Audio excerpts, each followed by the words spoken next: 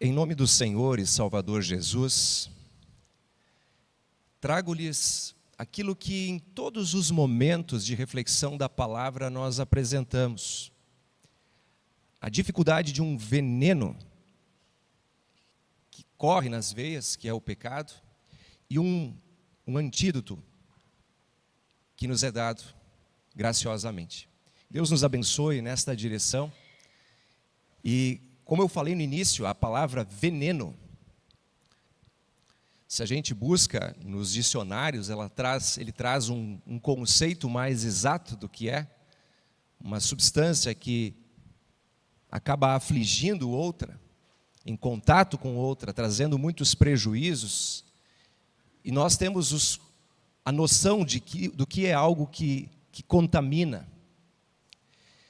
E nós sabemos que venenos existem em toda parte, de diferentes maneiras e modos. Eu queria convidar vocês a pensarem agora, cada um aí, pensem, lembrem, um animal venenoso. Pensa cada um aí, pensem um animal venenoso. Acho que devemos ter aqui diferentes pensamentos. Um animal venenoso, um animal que traz veneno. Quem pensou em cobra? Levanta o braço. Quem pensou em outro animal? Até que tivemos. Mas a maioria foi, eu acho que, para os lados das serpentes, né? Tem uns que eu acho que estão meio dormindo ainda, não pensaram em nenhum, né? Como se pensa em cobra, a maioria, quando se pensa nessa questão do veneno? E é curioso a maneira como isso está colocado nesse animal. Eu não olhei assim estatísticas e pesquisas, mas por um lado eu pensei assim, cara, eu acho que deve ter morrido mais pessoas mordidas, picadas por cobras, do que talvez atacadas por feras, sei lá, leões, pela astúcia, a traição com que aparece, por trazerem o veneno, que é o ponto que eu falei aqui, o veneno ligado às presas. É um mecanismo incrível, né? Quando a gente olha lá, a saliva da cobra modificada se transforma num veneno, por vezes fatal. E que quando ela coloca as presas, é imediatamente colocada no sistema sanguíneo e se espalha. Não é uma questão do local, se espalha. Veneno que vem da boca. Veneno que vem da boca. Isso me fez lembrar o Senhor Jesus, que disse que não é o que entra pela boca que contamina em termos espirituais, mas aquilo que sai da boca. O veneno que vem da boca. A gente sabe muito bem que, por exemplo, a fofoca é um veneno que se espalha em um outro tipo de corrente sanguínea. Vai minando, comentários aqui e ali, murmurações, reclamações, são também como um veneno que se espalha, que vai indo adiante, que vai tomando conta, que mina grupos, desmobiliza, causa rebelião. E eu aqui entro no povo de Deus, o povo do qual, mediante a fé, pertencemos e queremos pertencer. E eu quero me referir mais ao povo de Israel inicialmente, antes de abrir a Escritura num texto. O povo de Israel, ele foi julgado, analisado na sua caminhada e condenado muitas vezes pelo veneno que saía da sua boca. As murmurações e reclamações. Quem não está muito ligado na história, tentem prestar atenção, andar comigo aqui. O povo de Israel, que foi escravo do Egito, saiu do Egito e saiu encaminhada até a terra prometida. Me refiro a essa passagem, 40 anos. Primeiro momento foi uma reclamação por causa do exército inimigo, os egípcios. E a reclamação foi cheia de veneno, de ironia, saindo da boca de muitos. Será que não tinha cemitério suficiente lá no Egito? Que a gente teve que morrer aqui? Será que não tinha sepulcro suficiente? Que aí tiveram que nos trazer para cá? E isso minava. E graciosamente Deus abre o mar vermelho, sem falar nos 10 sinais que eles já tinham visto, mas a murmuração exalava ainda. Depois, na sequência, eles reclamam por falta de água. Deus lhes concede água da rocha. Os alimentos, uma reclamação e uma falta de confiança que Deus ia cuidar. E aí Deus concede o maná. E para disciplinar esse povo de que Deus ia cuidar, Deus mandava por dia. Não mais do que um dia. Recolham para um dia. Confiem em mim, aprendam. Vocês não estão confiando por quê? Na sequência, um outro pedido e Deus envia carne. Tem lá as codornas que apareceram aos muitos. E no texto de hoje, que eu quero agora ler com vocês, parece que machucou mais o coração de Deus, porque eles não reclamaram do que não tinham, eles reclamaram do que tinham. Primeiro a gente reclama do que não tem, aí quando tem a gente reclama do que tem. Números capítulo 21, eu peço que vocês deem uma olhada aí na Bíblia de vocês. Então está lá nos primeiros livros da Bíblia, na página de número 218, Números 21. E eu quero ler a partir do verso 4. Diz assim: Então os israelitas partiram do Monte Hor pelo caminho do Mar Vermelho, para rodear a terra de Edom.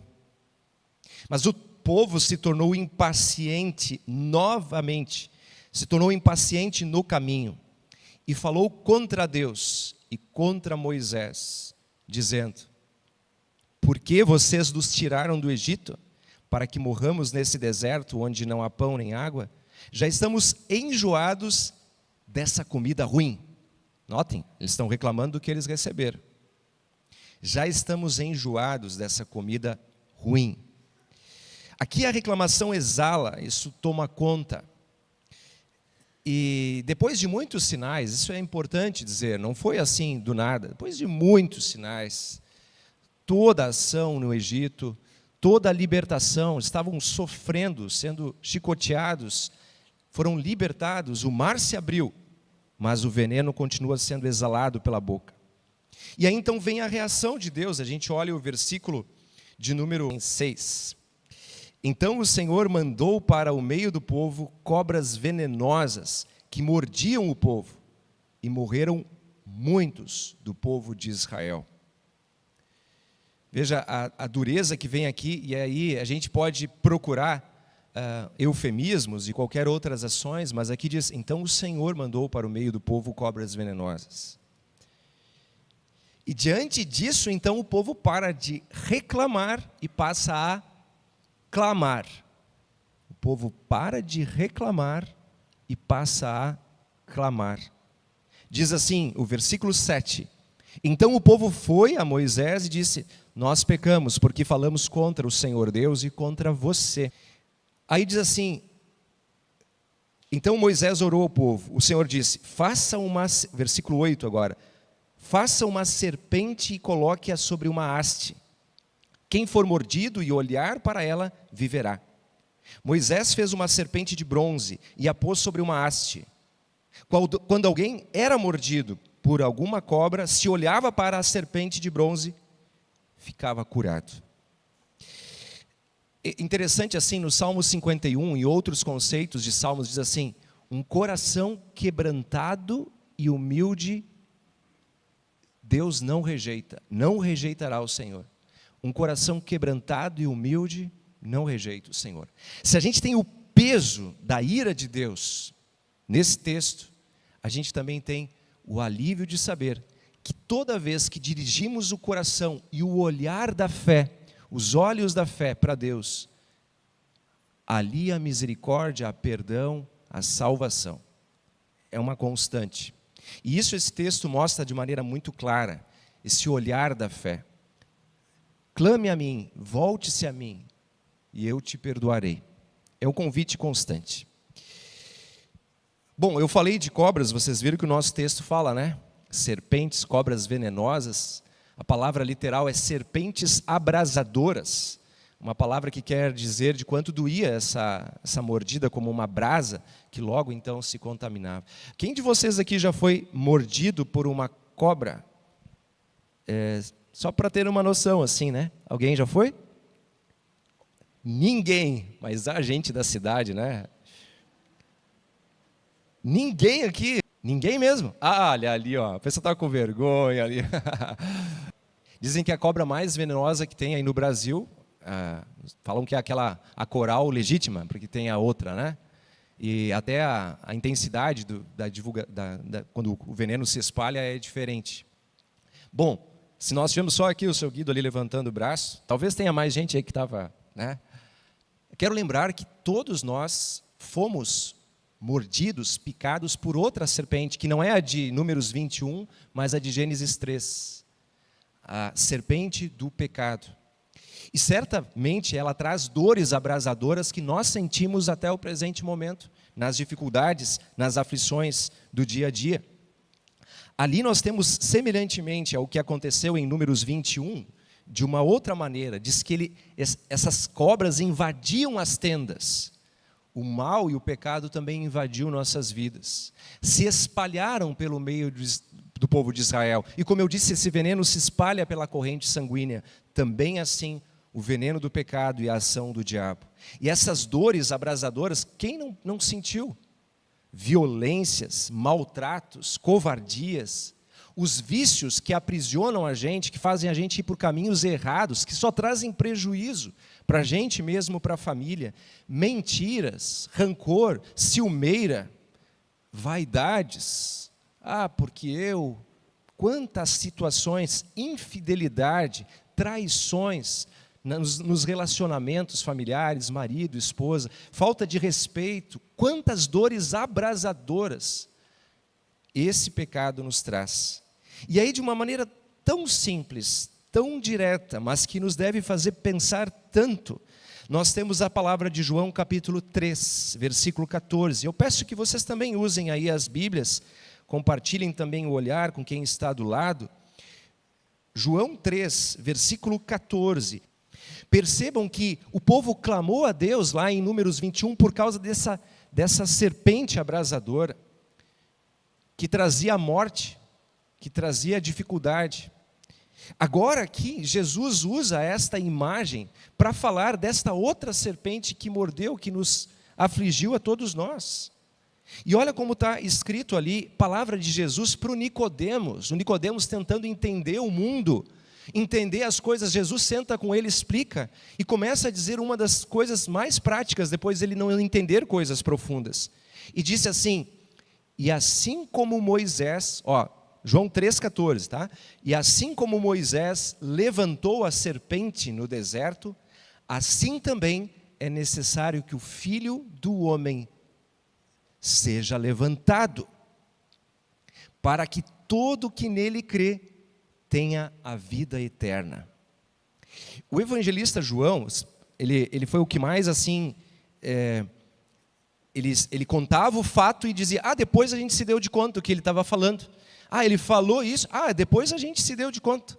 Na semana passada nós lemos um texto que dizia assim, derrubem esse templo e eu vou reconstruir ele em 3 dias. Depois a gente se deu de conta que ele estava falando da ressurreição. E aqui ele diz, o Filho do Homem terá que ser erguido numa haste, numa cruz, para que todo que nele crê. Veja essa imagem aqui a seguir, na projeção.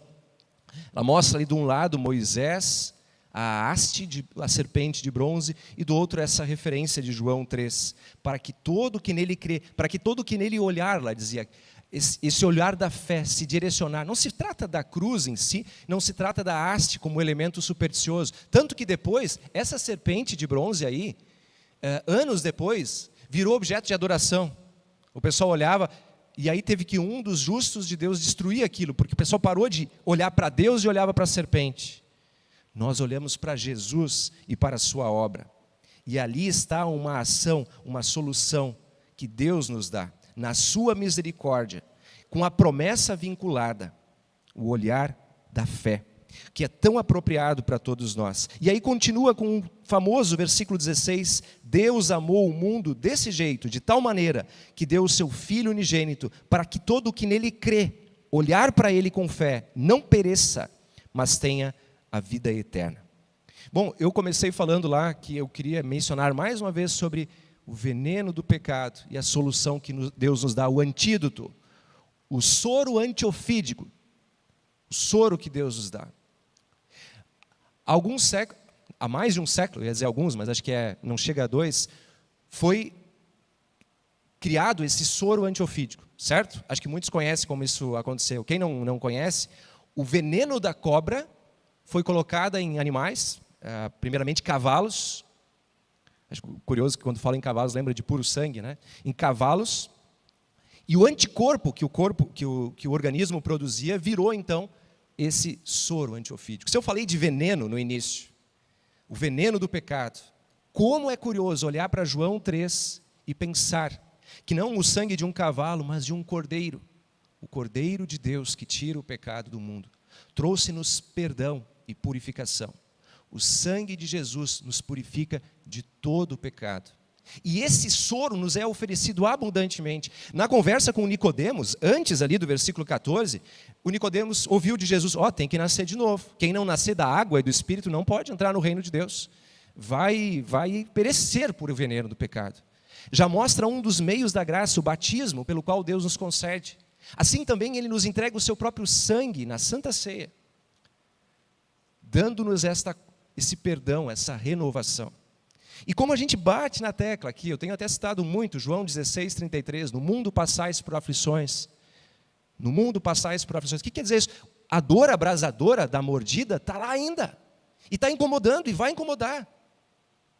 E a gente vai lutar com um veneno, não só do diabo que vem contra, mas também dos seus demônios, várias outras cobras que nos vêm atrapalhar, com ensinamentos errados, ideologias erradas. E no nosso próprio coração, lembra os inimigos sempre, o diabo, o mundo e a nossa própria carne, é como se nós também produzíssemos isso. Veneno também nas nossas bocas. E atrapalhamos nosso relacionamento e vivemos errado. Graças a Deus que em Cristo Jesus nós temos solução, porque a gente chega num ponto e diz, miserável homem que sou, quem me livrará do corpo dessa morte? É o texto lá de Romanos. Graças a Deus porque temos Jesus. Agora, gente, vocês sabem muito bem, que quando a gente é mordido por uma cobra, alguns dizem, olha, dependendo da cobra tem que ser rápido, vai direto, o veneno se espalha. Se a gente fica rateando, como dizem alguns, o veneno se espalha. Então busquem o Senhor enquanto se pode achar, invoque-o enquanto está perto, diz a palavra, é um convite constante para a gente. Então cuidemos dessa vida, porque o veneno está por aí, se espalhando, minando. Busquemos o soro, busquemos o perdão. E continuemos olhando fixamente para Jesus, o autor e consumador da fé. E aí a gente tem que lembrar da caminhada do povo de Israel, e pensar que a gente está em caminhada também. Largar as murmurações, fixar no alvo, olhar para Jesus, olhar uns pelos outros, e seguir, em vez de reclamando, dando ações de graças. Em tudo dai graças ao Senhor e continuem a jornada, porque mesmo o mar da morte se abre no poder de Deus, e o dom da vida eterna, da ressurreição e de uma caminhada conjunta é nosso, porque em Cristo nada pode nos separar do seu amor, nenhum tipo de veneno. Que Deus assim nos abençoe e nos guarde na reflexão da sua palavra e no nosso dia a dia. Amém.